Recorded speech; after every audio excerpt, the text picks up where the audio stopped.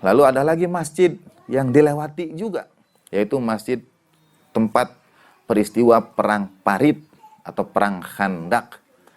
Perang Khandak, perang yang di situ baginda Nabi SAW berdoa di satu masjid disebut dengan Masjid Fatah. Sekarang juga sudah ditutup Masjid Fatah itu. Padahal Fatah artinya ya menang, artinya terbuka. Nah, tapi hanya di Saudi Masjid Fatah itu tidak fatah karena dia selalu ditutup. Karena kalau dibuka orang sholat, dan tidak apa-apa orang sholat, memang sholat di mana saja boleh. Di bukit itu baginda Nabi berdoa sallallahu alaihi. Ceritanya ini mohon izin seperti kalau bawa jemaah saja, oleh-oleh jemaah.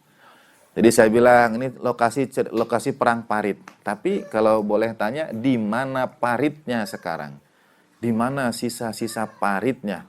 Perang Khandak itu perang bersejarah. Masa tidak ada peninggalannya sedikit pun? Dan yang disebut parit itu haruslah parit yang satu, saya bilang lebar. Karena tujuannya memang supaya kuda tidak bisa loncat. Yang kedua, dalam. Ya kalau lebar tapi cuma 30 cm ya kuda tinggal turun, nyebrang lagi gitu. Bukan hanya lebar dan dalam tapi panjang. Lah kalau galinya hanya 100 meter ya tinggal muter. Parit itu harus lebar, dalam dan panjang. Masa tidak ada peninggalannya sedikit pun dari parit yang lebar dan dalam panjang itu? Tidak ada. Kita tahu kisahnya, Amr bin Abdul Wud memacu kudanya 3 orang. Yang 2 jatuh, yang 1 sampai. Amr bin Abdul Wud seorang diri di hadapan barisan kaum muslimin, lalu meminta supaya dihadirkan seseorang untuk beradu tanding, untuk duel. Diabadikan dalam Al-Quran surat Al-Ahzab ayat 13. A'udzubillahi minasyaitonirrajim. Surat Al-Ahzab surat 33 ayat 13. A'udzubillahi minasyaitonirrajim. Wa idh qalat ta'ifatum minhum ya ahla Yathrib la muqama lakum farji'u. Ketika sekelompok orang, Al-Quran itu indah kadang-kadang merujuk pada tokoh itu tidak sebagai person. Kalau Ustadz Dimi tadi menyebutkan jamak tapi pakai mufrad, ini ada juga mufrad tapi pakai kata yang digunakan untuk jamak. Misalnya untuk Nabi Ibrahim menyebut dengan umat misalnya. Nah, dalam ayat ini wa idh qalat ta'ifatun, disebut ta'ifah, sekelompok. Padahal yang dimaksud itu 1 orang, yaitu Amr bin Abdul Wud, karena dia setara ta'ifah. Dia jago perang, dia tokoh waktu itu. Wa idh qalat ta'ifatum minhum, ketika seorang di antara mereka berkata, Amr bin Abdul Wud itu berkata, "Hei penduduk Yasrib." Dia tidak mau menyebut Madinah itu Madinah karena tidak mengakui baginda Nabi SAW. Karena Madinah sebetulnya kependekan, panjang itu Madinatun Nabi. Madinatun Nabi gitu. Ya ahla Yathrib, hei penduduk Yasrib, la muqama lakum, tidak ada tempat bagimu. Kembali saja kalian ke rumah-rumah kalian gitu. Padahal dia sendirian berhadapan dengan kaum muslimin yang banyak, dan dia sudah tidak bisa balik lagi ke kelompoknya, sudah menyeberang parit itu. Lalu apa yang terjadi?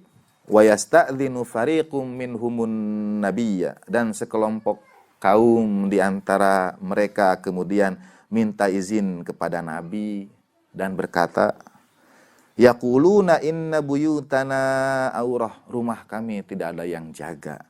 Jadi mereka minta izin pada Nabi untuk pulang. Begitu ditantang oleh Amr bin Abdul Wud itu, baliklah kalian ke rumah-rumah kalian. Kata, ini Al-Quran, Al-Ahzab ayat 13. Sekelompok di antara orang-orang itu minta izin. Ini kemuskilannya itu ada yang mengatakan, ini yang minta izin itu orang-orang Quraisy. Loh, saya bilang, masa orang Quraisy minta izin, rumah mereka itu di Mekah. Lalu minta izin pada baginda Nabi, ya Rasulullah, rumah kami tidak ada yang jaga. Pertama, kenapa orang Quraisy minta izin pada baginda Nabi? Yang kedua, ya jauh-jauh tidak ada yang jaga, mereka sudah di Madinah, sedangkan rumah mereka di Mekah. Jadi siapa yang minta izin pada baginda Nabi? Siapa yang mengatakan rumah mereka terbuka? Lalu kata Al-Quran, wa ma hiya bi'aurah. Sebetulnya rumah mereka itu tidak terbuka. Jadi Al-Quran mengatakan, dengan kata lain, apa yang mereka sampaikan itu tidak benar. Apa yang mereka sampaikan pada baginda Nabi Shallallahu Alaihi itu tidak sesuai fakta. Dan pada baginda Nabi itu disampaikan, wa yasta'dzinu fariqum minhumun nabiyya. Mereka minta izin pada baginda Nabi dan berkata, inna buyutana aurah, rumah kami terbuka. Lalu Al-Quran menegaskan, wa ma hiya bi'aurah. Yang saya maksud Al-Quran itu Allah Ta'ala yang menegaskan bahwa kata-kata mereka di hadapan baginda Nabi itu tidak sesuai dengan fakta. Kata-kata saya sebetulnya masih halus karena menghindari tidak sesuai fakta itu artinya wa ma hiya bi'aurah, ditegaskan oleh Al-Quran. Kemudian Al-Quran tambahkan lagi, in yuriduna illa firara. Objektivitas saya pakai terjemahan bahasa Indonesia yang ada di kementerian. Dan ingatlah ketika segolongan di antara mereka berkata, hei penduduk Yasrib, tidak ada tempat bagimu, maka kembalilah kamu. Dan sebagian dari mereka minta izin pada Nabi untuk kembali pulang dengan berkata, sesungguhnya rumah-rumah kami terbuka, tidak ada penjaga. Dan rumah-rumah itu sekali-kali tidak terbuka, mereka tidak lain hanyalah hendak lari. Surat Al-Ahzab ayat 13. Nah, dalam situasi seperti itu, hanya Sayyidina Ali bin Abi Thalib alaihissalam yang tampil ke permukaan. Sampai baginda Nabi ulang 3 kali, apa tidak ada di antara kalian? Sayyidina Ali yang maju. Sampai baginda Nabi berdoa di bukit yang kemudian dibangun masjid, disebut Masjid Fatah itu. Dan kalimat baginda Nabi, ya Allah, telah engkau ambil Ubaidah di Badar. Telah engkau ambil Hamzah di Uhud. Jangan engkau tinggalkan aku seorang diri. Sekali lagi, berdoa baginda Nabi. Dan kemudian Sayyidina Ali berangkat, duel, adu tanding. Kalau ibu dan bapak berangkat juga ke Tanah Suci, di Masjid Sab'ah yang jemaah itu tidak akan turun. Dan nanti ada sebab mengapa tidak turun itu. Karena dengan turun, ini tempat apa? Tempat perang Khandak. Siapa yang bertempur di perang Khandak itu? Sayyidina Ali bin Abi Thalib alaihissalatu wassalam. Nanti itu ada tempat, sekarang dulu disebutnya Masjid Sab'ah. Sebelumnya lagi sebetulnya Masjid Khomsah. Tapi sekarang pun dibangunkan masjid besar di situ. Dan ada masjid-masjid kecil. Masjid yang kecilnya itu satu, Masjid Salman Al-Farisi yang mengusulkan untuk membangun parit itu. Kemudian ada Masjid Fatah, tempat baginda Nabi SAW berdoa. Lalu ada lapang parkir. Di lapang parkir itu ada Masjid Khalifah Umar ibn Khattab. Lalu Masjid Khalifah Abu Bakar sudah tidak ada. Menjadi masjid yang besar itu. Di lapangan parkir itu ada seperti lantai undakan kecil. Yang sebetulnya tidak praktis, sangat tidak praktis. Praktis itu artinya kegunaannya untuk apa? Kalau dia trotoar, ini di tengah-tengah lapangan parkir. Jadi sebetulnya bisa diratakan saja, membuat lapang parkir itu lebih luas, ada undakan. Kata kawan yang mengantar saya, orang Madinah asli, yang berusaha menjaga tempat-tempat bersejarah dari dulu sampai sekarang turun-temurun, keluarga demi keluarga, generasi demi generasi, menjaga titik-titik tempat sejarah itu. Saya menyebutnya para penjaga tradisi. Kalau ada yang nonton film Mumi itu ada orang-orang Mesir yang jaga sejarah kuno lah. Nah, kira-kira seperti itu. Undakan yang di antara tempat parkiran itu adalah lokasi persis tempat tandingnya Sayyidina Ali bin Abi Thalib alaihissalam dan Ammar bin Abi Lu'lu'at. Di situ tektok pedangnya itu yang Ustaz Jalal gambarkan dengan sangat dramatis. Kemudian pedang berhenti, debu-debu turun, lalu Sayyidina Ali berada di atas tubuh Ammar bin Abi Lu'lu'at dan kaum muslimin berteriak takbir. Nah, itu penempatan takbir yang benar. Penempatan takbir yang benar sebagai ungkap syukur terhadap kemenangan. Itu bukan untuk menakut-nakuti, membesarkan Allah Ta'ala karena nikmatnya untuk kaum muslimin. Kemudian baginda Nabi bersabda sallallahu alaihi, qad barazal imanu wal kufru kulluhu. Jadi setelah Sayyidina Ali perang itu telah bertempur keimanan seluruhnya dan kekufuran seluruhnya. Pada pertempuran itu, inna darbata aliyin fil khandaq, sesungguhnya tebasan pedang Ali pada hari Khandak itu lebih utama. Diutamakan sekali derajat Sayyidina Ali pada peristiwa perang Khandak itu. Sayangnya jemaah umroh biasanya lewat saja, tidak turun. Sekiranya mereka turun, mereka akan melihat di sebuah puncak bukit ada sebuah bangunan yang berdiri sendiri, seakan-akan terasing, terisolir, menyepi. Bangunannya bangunan tipe zaman Utsmani, Turki Utsmani. Naik ke atas bukit. Dan di sekitar jalan naik itu ada pagar-pagar yang sangat tinggi sekali. Ujungnya runcing di kiri dan kanan sampai di bawah. Bawahnya pun ada pagar yang tinggi sekali. Masjid-masjid yang lain, musola yang lain bebas kita dekati. Meskipun dikunci Masjid Fatah itu. Tapi satu musola itu, satu masjid itu jangankan dikunci. Menujunya saja, ibarat kalau ujung kampus 2 ini sudah dari jalan Babakan Sarinya itu sudah dipagar dengan pagar-pagar yang runcing. Dan kalau tanya sama siapapun mereka akan menjawab, itu apa? Itu Masjid Sayyidina Ali. Itu musolanya Sayyidina Ali, tempat sholatnya Sayyidina Ali. Di bawah itu ada tempat sholatnya Sayyidatina Fatimah salamullah alaiha yang sudah diratakan dengan tanah dan diganti menjadi taman. Nah, itu tetap masih ada. Musola Sayyidina Ali masih ada, masih tetap. Kalau tidak ada maknanya, untuk apa kemudian dijaga dengan pagar-pagar yang tajam. Di pintu 7 Masjid Nabawi juga ada Masjid Sayyidina Ali bin Abi Thalib alaihissalatu wassalam. Bismillahirrahmanirrahim. Alhamdulillahirabbil alamin.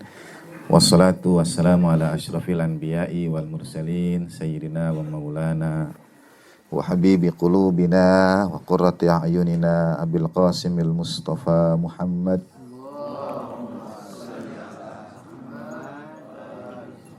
wa ahli baitihi at-tayyibin at-tahirin la siyama baqiyatillahi fi ardin arwahuna wa arwahul alamina liturabi maqdamihil fidah wa sayyidatina Fatimah az-Zahra wa maulatina Khadijah al-Kubra wa jami' ahli baitin nubuwah wa ma'dinir risalah la siyama minhum fi hadhihi al-lailah baqiyatillah arwahuna lahul fidah wa sayyidatina Fatimah binti Asad wa sayyid Abi Talib wa jami'i abaihi wa ummahatihi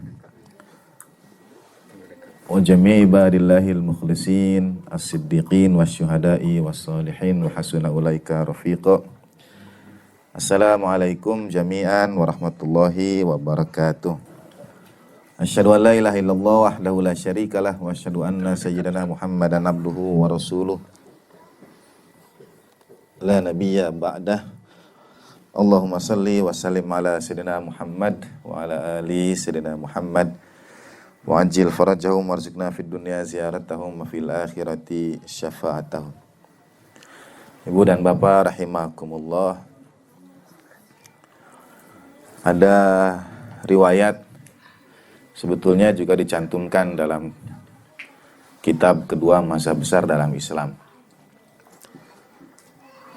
Misalnya dalam At-Tabrani atau Al-Hakim, an-nadharu ila aliyin ibadah, memandang wajah Sayyidina Ali itu ibadah. Hadis itu oleh sebagian didhaifkan, tapi oleh Imam Al-Hakim dimasukkan ke dalam Mustadrak beliau. Dalam mazhab Ahlul Bait alaihi wassalatu wassalam ada dzikru aliyin ibadah, mengingat, menyebut fadilah, keutamaan segala hal terkait tentang Sayyidina Ali itu ibadah. Kalau Ustadz Dimi mengajak kita semua membaca sholawat, beliau akan menyampaikan kalimat nawwiru qulubakum, terangi hati kita semua dengan salawat pada baginda Nabi sallallahu alaihi. Allahumma shalli ala sayyidina Muhammad wa ala sayyidina Muhammad.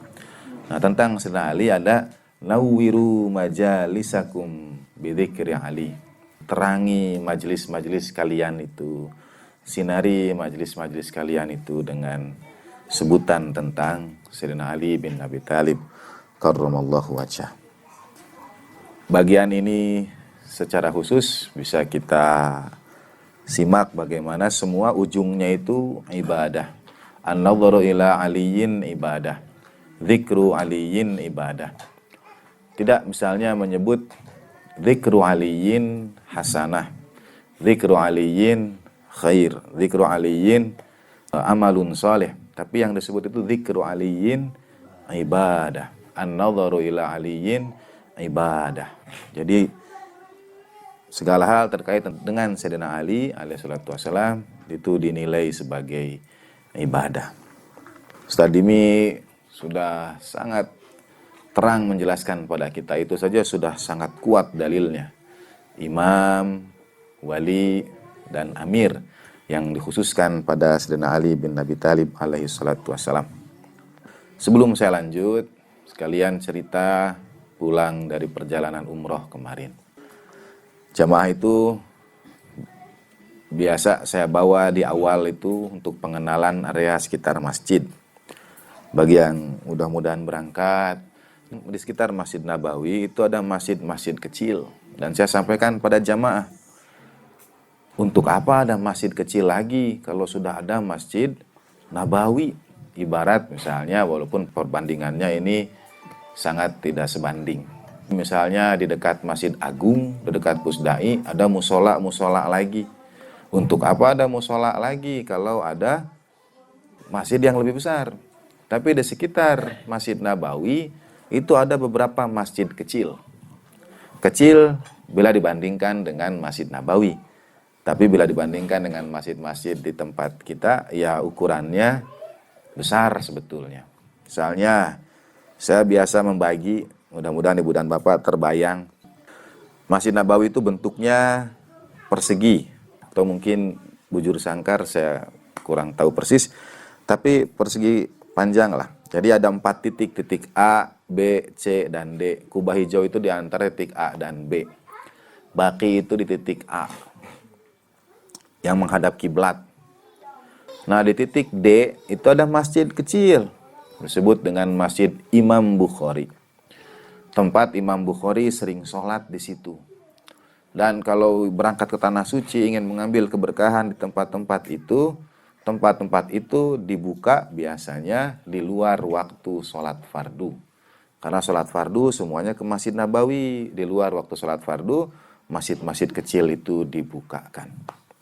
Nah, kurang lebih dari arah Babus Salam, pintu masuk ziarah baginda Nabi sallallahu alaihi, itu ada jalan lurus. Kalau di pintu-pintu gerbang di Masjid Nabawi itu pintu nomor 7. Jadi cari pintu nomor 7, nanti ada jalan. Jalan itu kalau ditarik lurus terus, itu akan sampai pada ziarah ayahanda baginda Nabi sallallahu alaihi, Sayyid Abdullah Ibni Abdul Muttalib. Di situ ada satu masjid besar, putih. Masjidnya ukuran kita masjid besar. Masjid yang dekat dengan Masjid Nabawi. Hanya dipisahkan oleh mungkin 30-40 meter dan tidak ada bangunan lain. Jadi jalan saja kosong, lalu ada masjid putih. Besar, digembok, orang tidak bisa masuk ke dalamnya, diratakan pun tidak, tapi tetap berdiri. Dan di situ ada kaligrafi tertulis di atasnya dari dulu sampai sekarang, tulisannya itu Masjid Sayyidina Ali. Bahkan mengapa saya sebut begitu dalam kaligrafinya itu karena bahkan di sana, di Tanah Suci, di Madinah, untuk masjid itu yang dinisbatkan pada Sayyidina Ali dituliskan kata Sayyidina-nya. Jadi tidak misalnya Masjid Ali bin Abi Thalib atau Masjid Khalifah Ali bin Abi Thalib. Tidak. Di situ ditulis kaligrafinya juga Masjid Sayyidina Ali. Padahal di antara kita sering terjadi diskusi, bahkan saya sebetulnya rada tidak nyaman. Belakangan setelah saya kalau berangkat umroh, saya bilang adab paling utama itu adalah adab hati. Satu di antara adab hati yang harus dijaga itu adalah tidak boleh membanding-bandingkan di tanah suci itu adab yang harus dijaga. Tidak boleh membanding-bandingkan, yang satu cara sholatnya ada yang tangan sedekap, ada yang tangan lurus, macam-macam itu. Secara warna kulit kita tidak boleh membanding-bandingkan, secara penampilan, pokoknya tidak boleh membanding-bandingkan. Dan kadang-kadang suka gatel gitu. Misalnya saya selalu menyampaikan hanya jamaah Indonesia yang kalau di tanah suci di Mekah dan Madinah dan juga mungkin seluruh dunia, itu kalau tahiyat akhir kepalanya miring sedikit. Sehingga saya menyebutnya mazhab nyengeyeng gitu. Hanya orang Indonesia kalau tahiyat akhir itu pasti miring dikit. Berangkatlah ke tanah suci, lihat jutaan kaum muslimin lainnya lurus kepalanya itu. Waktu tahiyat akhir itu tidak ada. Coba tanya dari mana asal usulnya kepala miring. Tapi karena menjaga adab batin itu tidak ada orang kemudian berdiri meluruskan kepala kita gitu, atau yang lurus di miring, tidak ada. Saling menghormati. Belakangan saya berusaha menjaga kata-kata itu. Di antara kita juga ada bahkan madrasah yang mengajarkan kalau sholawat itu Allahumma sholli ala tanpa sayyidina Muhammad wa ala ali tanpa sayyidina Muhammad. Gitu. Diajarkannya itu harus mengucapkan sholawat ya Allahumma sholli ala Muhammad wa ali Muhammad. Begitu memang. Tapi ini harus ditambahkan Allahumma sholli ala tanpa sayyidina Muhammad wa ala ali tanpa sayyidina Muhammad. Gitu. Ya, kita menghormati perbedaan pendapat dan harus menjaga adab batiniyah hati tadi untuk tidak membanding-bandingkan. Tapi kalaupun diminta dalil, di Madinah Al-Munawwarah, di samping Masjid Nabawi, itu ada masjid besar berwarna putih, paling besar di antara masjid-masjid kecil yang ada di sekitar Masjid Nabawi. Dan tertulis kaligrafinya, sudah difoto juga sejak lama, jadi kalau misalnya mau diganti sudah ada foto sebelumnya. Itu tertulisnya Masjid Sayyidina, pakai na lagi. Na itu artinya kami, kita semua. Ini masjid Sayyid kami, ini masjid junjungan kami, ini masjid pimpinan kami. Masjid Sayyidina Ali. Dua lagi, satu di kaligrafi atas, di atas pintu. Satu lagi di prasasti. Sama prasestinya juga, masjid dengan Sayyidina Ali gitu. Tapi ditutup, dikunci. Satu lagi kalau kita berangkat ke Masjid Sab'ah. Masjid Sab'ah itu lokasi perang Khandak, perang Parit. Sayangnya rute jamaah itu kalau ziarah Madinah biasanya seperti ini. Pertama berangkat ke Masjid Quba.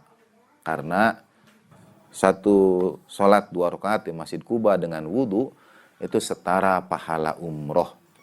Kadang-kadang ada orang bertanya, kok bisa dengan berziarah misalnya ke tempat-tempat al-ma'sumin alaihi wassalatu wassalam dapat pahala haji, berarti menyamakan.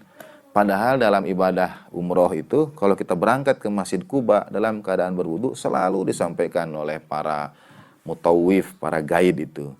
Man tawaddu'a, barang siapa berwudu lalu berangkat ke Masjid Quba menjaga kesucian, yang sebetulnya cerita Masjid Quba dan kesucian itu terkait dengan Sayyidina Ali bin Abi Thalib alaihi salatu wassalam.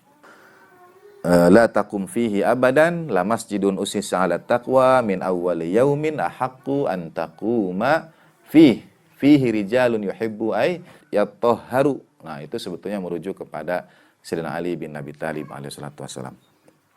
Untuk sampai dapat pahala umroh. Sholat 2 rakaat saja dapat pahala umroh. Padahal umrohnya belum dilakukan. Tapi sudah dapat pahala umrohnya. Nah, biasanya jamaah itu dari Masjid Quba lalu ke kebun kurma untuk belanja. Dan kebun kurmanya juga sudah khas itu untuk orang-orang Indonesia. Seperti kalau sopir-sopir bis antar kota itu punya restoran-restoran atau rest area langganan. Jadi beloknya itu ke situ. Nah, itu pun begitu. Orang Indonesia semua. Dari kebun kurma terus ke Jabal Uhud, ziarah Sayyidina Hamzah ibni Abdul Muthalib radhiyallahu anhu alaihissalam. Biasanya akan harus mengejar sholat duhur di Masjid Nabawi. Jadi ada dua tempat yang hanya dilewati saja dan tidak turun. Padahal ya kalau mau membanding-bandingkan tadi, dan itu ada batin yang harus dijaga. Padahal ke kebun kurma dengan ke masjid, ya kebun kurma masih bisa beli kurma di waktu-waktu senggang yang lain. Tapi mengunjungi dua masjid itu kesempatan yang langka. Mestinya didahulukan itu ziarahnya ke masjidnya, dan kadang-kadang waktu terambil lebih lama justru di kebun kurma. Ya tidak apa-apa, karena itu juga bagian dari adab perjalanan. Ada perjalanan itu ada riwayat, idza raja'ta minas safar fahdili ahlika walau hajar. Kalau kau kembali dari perjalanan, bawa oleh-oleh untuk keluargamu itu walaupun hajar. Hajar itu artinya batu. Dulu dimaknai batu kerikil, sekarang dimaknai batu. Jadi kalau pulang dari perjalanan itu bawa walaupun hanya batu, maksudnya hanya batu kerikil. Tapi tidak ada sekarang yang mintanya batunya batu akik. Nah, dua masjid yang hanya dilewati dan tidak turun itu, satu Masjid Qiblatain, masjid perubahan arah kiblat. Dan saya selalu kasih PR sama jamaah, itu bagaimana ceritanya kiblat berubah. Kalau yang disampaikan di cerita umum itu, baginda Nabi sholat, ada yang menyebutkan sholat zuhur atau sholat asar. Dan di antara sholat itu, tiba-tiba turun perintah, baginda Nabi mengubah arah kiblat. Dan para sahabat yang bermakmum mengikutinya. Nah, di situ ada pertanyaan sebetulnya. Karena kalau tiba-tiba baginda Nabi mengubah arah kiblat, baginda Nabi SAW tinggal berbalik. Karena Masjidil Aqsa dengan Ka'bah itu bertolak belakang, utara selatan. Baginda Nabi tinggal berbalik, tapi para sahabat mengikutinya. Gimana itu? Kan mereka tidak mungkin tinggal berbalik. Wallahu alam. Itu dilewati. Kita lewat dulu cerita Masjid Qiblatain yang sebetulnya juga terkait erat dengan baginda Nabi dan Sayyidina Ali. Lalu ada lagi masjid yang dilewati juga, yaitu masjid tempat peristiwa perang Parit atau perang Khandak. Perang Khandak, perang yang di situ baginda Nabi SAW berdoa di satu masjid disebut dengan Masjid Fatah. Sekarang juga sudah ditutup Masjid Fatah itu. Padahal Fatah artinya ya menang, artinya terbuka. Nah, tapi hanya di Saudi Masjid Fatah itu tidak fatah karena dia selalu ditutup. Karena kalau dibuka orang sholat, dan tidak apa-apa orang sholat, memang sholat di mana saja boleh. Di bukit itu baginda Nabi berdoa sallallahu alaihi. Ceritanya ini mohon izin seperti kalau bawa jemaah saja, oleh-oleh jemaah. Jadi saya bilang ini lokasi perang Parit. Tapi kalau boleh tanya, di mana paritnya sekarang? Di mana sisa-sisa paritnya? Perang Khandak itu perang bersejarah. Masa tidak ada peninggalannya sedikit pun? Dan yang disebut parit itu haruslah parit yang satu, saya bilang lebar. Karena tujuannya memang supaya kuda tidak bisa loncat. Yang kedua, dalam. Ya kalau lebar tapi cuma 30 cm ya kuda tinggal turun, nyebrang lagi gitu. Bukan hanya lebar dan dalam tapi panjang. Lah kalau galinya hanya 100 meter ya tinggal muter. Parit itu harus lebar, dalam dan panjang. Masa tidak ada peninggalannya sedikit pun dari parit yang lebar dan dalam panjang itu? Tidak ada. Kita tahu kisahnya, Amr bin Abdul Wud memacu kudanya 3 orang, yang 2 jatuh, yang 1 sampai. Amr bin Abdul Wud seorang diri di hadapan barisan kaum muslimin, lalu meminta supaya dihadirkan seseorang untuk beradu tanding, untuk duel. Diabadikan dalam Al-Quran surat Al-Ahzab ayat 13. A'udzubillahi minasyaitonirrajim. Surat Al-Ahzab surat 33 ayat 13. A'udzubillahi minasyaitonirrajim. Wa idh qalat ta'ifatum minhum ya ahla Yathrib la muqama lakum farji'u. Ketika sekelompok orang, Al-Quran itu indah, kadang-kadang merujuk pada tokoh itu tidak sebagai person.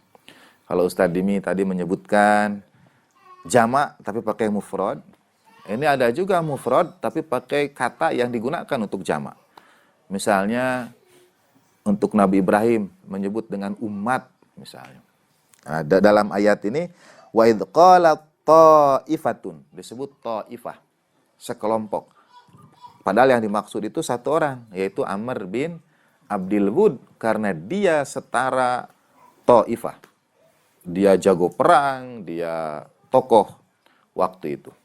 Wa idz qalat ta'ifatum minhum, ketika seorang di antara mereka berkata, Amr bin Abdul Wud itu berkata, "Hei penduduk Yasrib," ia tidak mau menyebut Madinah itu Madinah karena tidak mengakui baginda Nabi sallallahu alaihi wasallam. Karena Madinah sebetulnya kependekan, panjangnya itu Madinatun Nabi.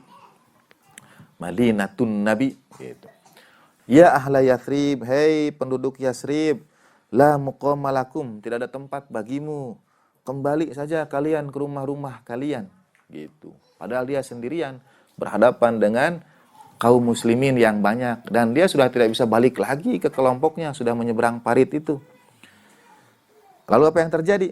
Wa yasta'dzinu fariqum minhumun nabiyya, dan sekelompok kaum di antara mereka kemudian minta izin kepada Nabi dan berkata, yaquluna inna buyutana aurah, rumah kami tidak ada yang jaga. Jadi mereka minta izin pada Nabi untuk pulang. Begitu ditantang oleh Amr bin Abdul Wud itu, baliklah kalian ke rumah-rumah kalian. Kata, ini Al-Quran, Al-Ahzab ayat 13. Sekelompok di antara orang-orang itu minta izin. Ini kemuskilannya itu ada yang mengatakan, ini yang minta izin itu orang-orang Quraisy. Loh, saya bilang, masa orang Quraisy minta izin, rumah mereka itu di Mekah. Lalu minta izin pada baginda Nabi, ya Rasulullah, rumah kami tidak ada yang jaga. Pertama, kenapa orang Quraisy minta izin pada baginda Nabi? Yang kedua, ya jauh-jauh tidak ada yang jaga, mereka sudah di Madinah, sedangkan rumah mereka di Mekah. Jadi siapa yang minta izin pada baginda Nabi? Siapa yang mengatakan rumah mereka terbuka? Lalu kata Al-Quran, wa ma hiya bi'aurah, sebetulnya rumah mereka itu tidak terbuka. Jadi Al-Quran mengatakan, dengan kata lain, apa yang mereka sampaikan itu tidak benar. Apa yang mereka sampaikan pada baginda Nabi Shallallahu Alaihi itu tidak sesuai fakta. Dan pada baginda Nabi itu disampaikan, wa yasta'dzinu fariqum minhumun nabiyya. Mereka minta izin pada baginda Nabi dan berkata, inna buyutana aurah, rumah kami terbuka. Lalu Al-Quran menegaskan, wa ma hiya bi'aurah. Yang saya maksud Al-Quran itu Allah Ta'ala yang menegaskan bahwa kata-kata mereka di hadapan baginda Nabi itu tidak sesuai dengan fakta.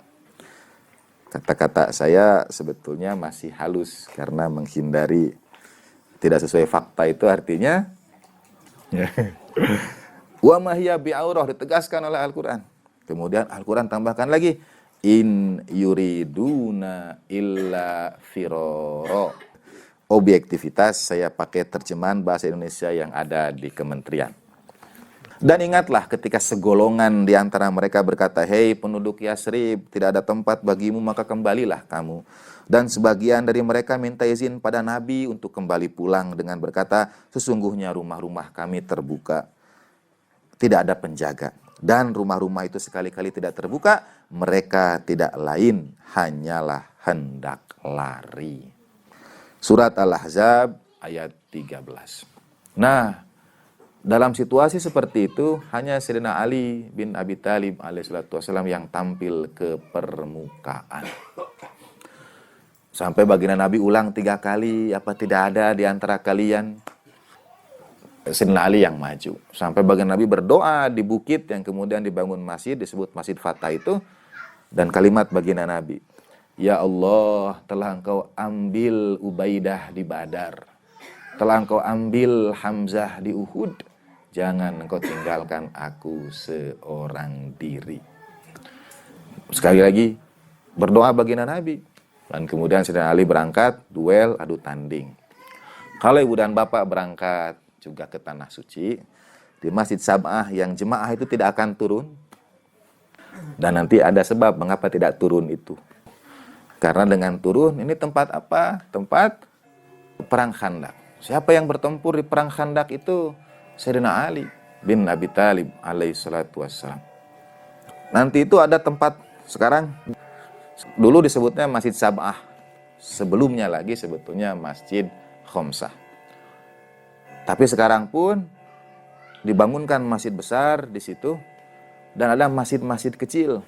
Masjid yang kecilnya itu satu, Masjid Salman Al-Farisi yang mengusulkan untuk membangun parit itu. Kemudian ada Masjid Fatah, tempat baginda Nabi SAW berdoa. Lalu ada lapang parkir. Di lapang parkir itu ada Masjid Khalifah Umar ibn Khattab. Lalu Masjid Khalifah Abu Bakar sudah tidak ada.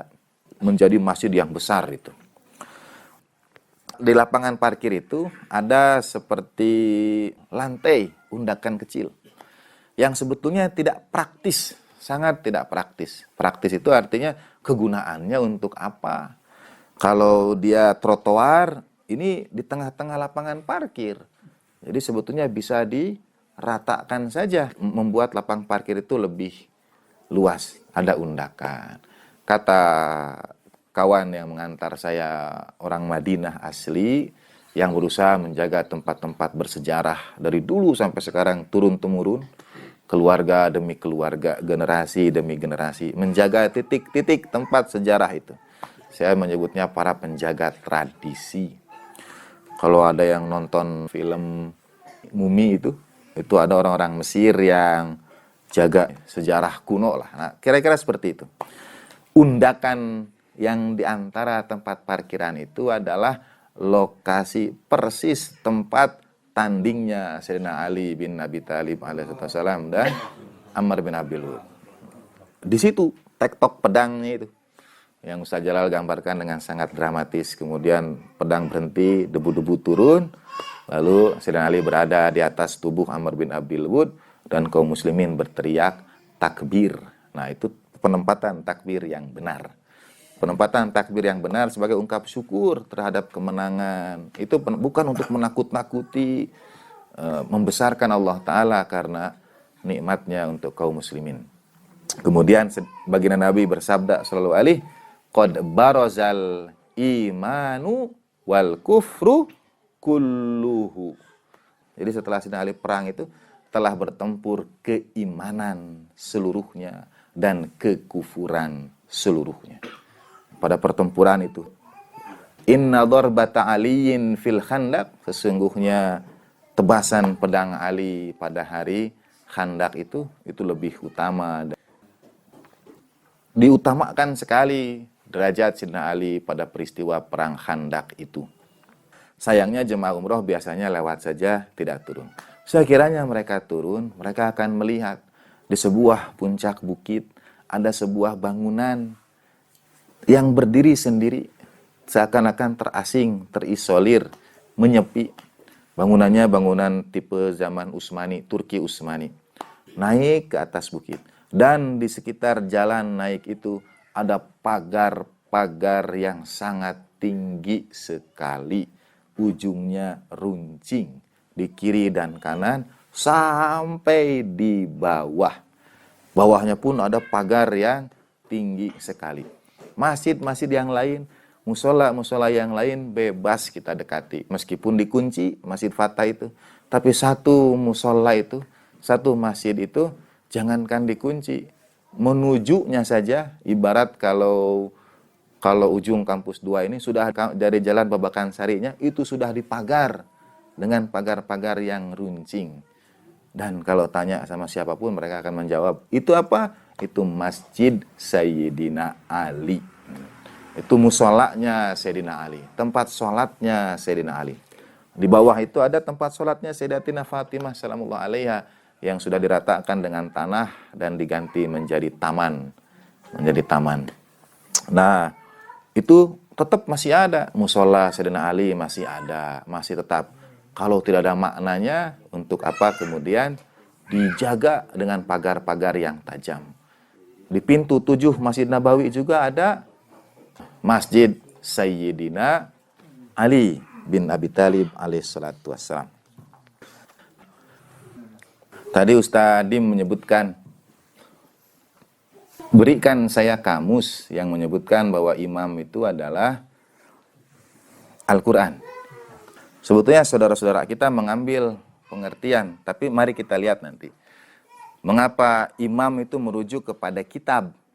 Itu diambil dari ayat Al-Quran. Tafsir Al-Quran bil Quran. Yaitu surat Al-Ahqaf, surat 46 ayat 12. Tadi ahsainahu fi imamin mubin ayat berapa Ustaz? Yasin 12. Sekarang Al-Ahqaf 12. A'udzubillahi minasyaitonirrajim. Wa min qablihi kitabu Musa imamau wa rahmah. Dan sebelumnya itu ada kitabnya Musa imamau wa rahmah. Kata imaman itu kan di sini kitabu Musa itu dinisbatkan mudhaf ilaih. Jadi pertanyaan sederhananya, itu indahnya Al-Quran yang membuat terjadi perbedaan pendapat. Dan memang dalam tanda petik kita diuji dari perbedaan pendapat itu. Dekat Masjid Nabawi itu ada masjid yang disebut secara umum Masjid Ijabah.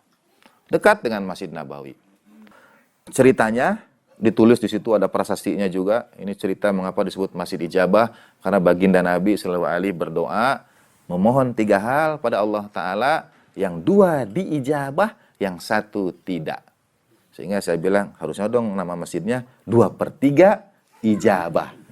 Karena yang 1 ternyata tidak diterima. Di situnya ada, di dekat masjidnya itu ada papan keterangan gitu. Disebut Masjid Ijabah. Karena bagian Nabi mohon 3 hal, 2 diijabah, 1 tidak. Yang 2 itu, ya Allah jangan kau uji umatku dengan kelaparan. Tuhan kabulkan. Jangan kau uji umatku dengan banjir, dengan dibinasakan seperti umat Nabi Nuh. Tuhan kabulkan. Yang ketiga, Tuhan jangan kau uji umatku dengan perbedaan di antara mereka. Dan Tuhan tidak kabulkan. Sehingga kalau kita berbeda-beda itu, ini memang sudah kehendak Allah. Bagian Nabi sudah minta, tapi tidak diijabah. Sehingga seharusnya masjid 2/3 ijabah. Dalam riwayat mazhab Ahlul Bait alaihissalam, masjid yang sama, masjid yang dimaksud dikenal dengan Masjid Mubahalah. Tempat turunnya ayat Mubahalah, tempat terjadinya peristiwa Mubahalah. Nah, itu. Tapi nama umumnya sekarang Masjid dalam kurung 2/3 ijabah. Bahasa Al-Quran itu memang membuat kemungkinan terjadi perbedaan. Tinggal kita merujuk mana menurut dalil yang lebih bisa kita pertanggungjawabkan. Seperti ini, wa min qabli kitabu Musa imamau wa rahmah. Itu imam itu merujuk kepada kitab atau merujuk kepada Musa. Jadi merujuk kepada kitabu Musa sebagai satu entitas kitabu Musa, atau imamamnya itu merujuk kepada Nabiullah Musa alaihissalatu wassalam. Jadi yang mengatakan wajalhu lana imamau wa nurau wa hudau wa rahmah. Tapi imamau wa rahmah kalau bagi para pengikut Ahlul Bait alaihissalatu wassalam, misalnya dalam doa tawassul pada baginda Nabi sallallahu alaihi, ya Abul Qasim, ya imamar rahmah, imamar rahmah, kitabu Musa imamau wa rahmah. Jadi kembalinya itu imam kepada kitab atau kembali kepada Nabiullah Musa alaihi salatu wassalam. Nah, tadi itu sebetulnya kata kuncinya itu, satu saat baginda Nabi sallallahu alaihi hadir di rumah Sayyidatina Fatimah sallallahu alaiha. Lalu baginda Nabi ada seperti piring kurma di depan Ustadz Dimi itu. Dan yang ada di antara kita di depan, tinggal yang ada di depan beliau kurma itu. Lalu baginda Nabi memasukkan 1 kurma ke mulut Imam Hasan alaihissalatu wassalam. Lalu baginda Nabi mengucapkan selamat dan nikmati. Lalu ambil lagi 1 ke Imam Husain dulu, lalu ke Imam Hasan, selamat, berkah, dan nikmati. Ambil 1 lagi ke Sayyidatina Fatimah salamualaihi alaiha, selamat dan berkah dan nikmati. Kemudian pada Sayyidina Ali, ambil, selamat, berkah, dan nikmati.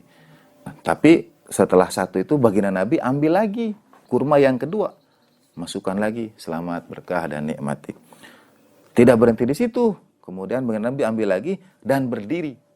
Baginda Nabi berdiri, Sayyidina Ali berdiri, memasukkan kurma itu ke dalam mulut Sayyidina Ali sambil berdiri. Kemudian Sayyidah Fatimah bertanya, ya Abah, engkau masukkan satu pada Imam Husain, kau masukkan satu pada Imam Hasan, kau masukkan satu pada aku, dan kau masukkan 3 pada Sayyidina Ali. Itu maksudnya bukan tidak adil gitu, tapi justru bertanya, apa rahasianya? Ya Fatimah, ketika aku masukkan biji kurma ke Imam Hasan dan Imam Husain, Jibril dan Mikail juga datang mengucapkan, yang aku ucapkan itu yang mereka ucapkan. Malaikat Jibril mengucapkan selamat karena Imam Husain alaihissalam disuapi oleh baginda Nabi atau dapat nikmat. Begitupun ketika Imam Hasan alaihissalam, malaikat Jibril, aku lihat Jibril dan Mikail datang alaihissalam. Dan ketika aku masukkan ke mulutmu kepada Sayyidatina Fatimah sallallahu alaihi, aku lihat bidadari surga mengucapkan apa yang aku ucapkan kepadamu.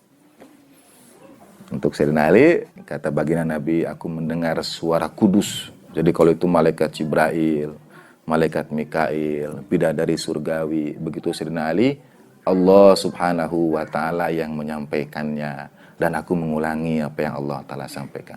Karena Allah ta'ala yang menyampaikannya, aku ulangi kali yang kedua sebagai syukurku kepada Allah ta'ala, kata baginda Nabi SAW. Dan Allah ta'ala ulangi lagi untuk kali yang ketiga. Kemudian aku berdiri karena takzim, karena penghormatanku.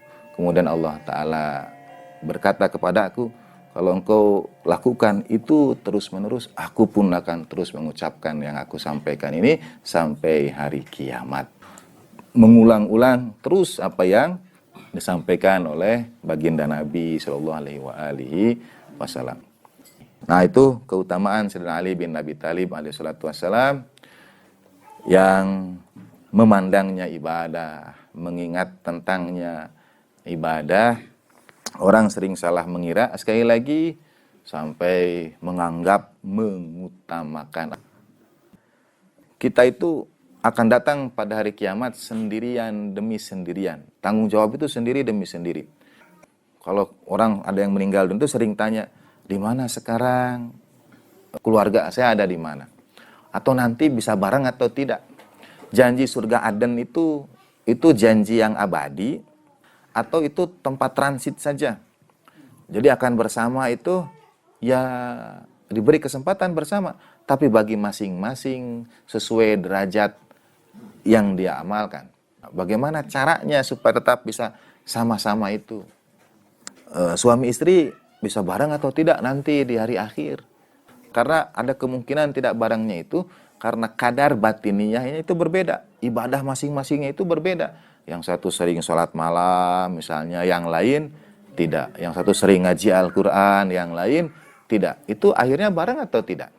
Nah, satu di antara supaya bisa bareng itu adalah mengikuti dia yang dengannya kita ingin bersama. Bahkan baginda Nabi SAW menyampaikan pada kita, man sanna sunnatan hasanah. Itu menunjukkan pada kita bahwa kita boleh membuat satu contoh teladan yang kemudian diikuti oleh generasi peninggal kita. Kalau semua ujung dari teladan itu awalnya dicontohkan oleh baginda Nabi, tidak akan ada hadis itu. Karena man sanna sunnatan hasanah hanya akan kembali kepada baginda Nabi saja.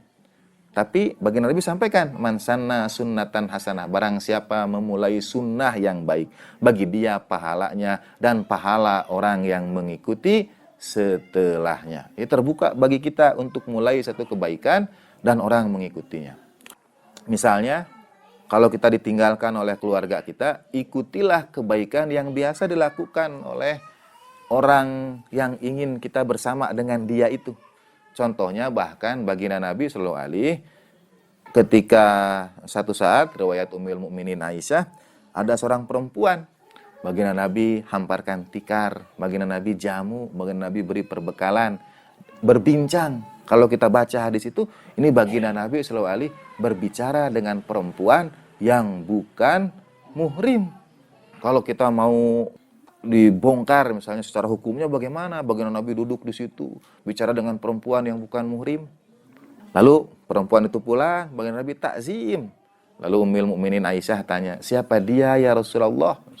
Baginda Nabi menjawab, sallallahu alaihi, iya sahabat Khadijah. Iya sahabat Khadijah. Dahulu ketika Khadijah masih hidup, ia datang bertamu dan Khadijah menghamparkan tikar, menjamunya, berbincang dengannya, memberikan bekal untuknya.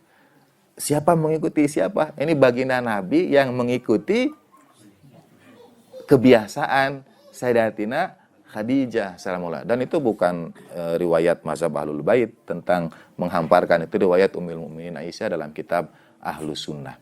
Jadi teladanilah kebaikan, itulah yang disebut dengan uswah. Nah, Sayyidina Ali bin Abi Thalib alaihissalam adalah yang paling mengikuti baginda Nabi. Bahkan jejak-jejak kaki ke Gua Hira pun mengikuti jejak-jejak kaki Rasulullah Shallallahu Alaihi Wasallam. Jejak-jejak kaki baginda Nabi diikuti oleh jejak kaki Sayyidina Ali. Yang paling mengikuti baginda Nabi dalam segala sesuatu adalah Sayyidina Ali bin Abi Thalib alaihissalam. Termasuk pada baginda Nabi Sallallahu Alaihi, ketika malam terakhir Sayyidina Ali sebelum syahid esok harinya, Ummu Kulthum membawakan penganan, lalu Sayyidina Ali menangis. Lalu kata Sayyidina Ali, bagaimana aku akan menghadap kekasihku Rasulullah Sallallahu Alaihi, karena seumur hidupnya baginda Nabi itu tidak pernah makan satu gandum atau satu nasi dengan lebih dari satu lauk. Dan Ummu Kulthum membawakan 2 lauk pauk, 2 penganan. Padahal baginda Nabi itu seumur hidup selalu 1 nasi dan 1 lauk. Itu bukan berarti Ibu dan Bapak harus ngambil sedikit setelah ini di majelis-majelis yang akan datang. Karena ada pengecualian dalam riwayat yang lain bahwa itu dilakukan kalau baginda Nabi di rumah sendiri. Tapi kalau baginda Nabi di majelis, baginda Nabi ambil dari penganan-penganan yang lain. Meskipun yang baginda Nabi ambil itu selalu yang terdekat. Jadi baginda Nabi selalu mengambil makanan yang terdekat. Kalau kita yang terlezat. Tapi kalau mau mengikuti, kalau mau digabungkan dengan orang yang kita cintai, ikutilah kadam bil kadam, langkah demi langkah, jejak demi jejak. Seperti Sayyidina Ali mengikuti Rasulullah Shallallahu Alaihi Wasallam. Tapi kalau di majelis ini Ibu dan Bapak menghabiskan makanan, itu mendatangkan rasa bahagia bagi kami. Dan sebaik-baik amal itu adalah idkhalus surur fi qalbil mukmin. Kalau ingin membahagiakan kami setiap kali di sini, ambillah penganan itu wa sallallahu ala sayyidina Muhammadin wa alihi tahirin walhamdulillahi alamin wa ma taufiqi illa billah alaihi tawakkaltu wa ilaihi unib. Wassalamualaikum warahmatullahi wabarakatuh.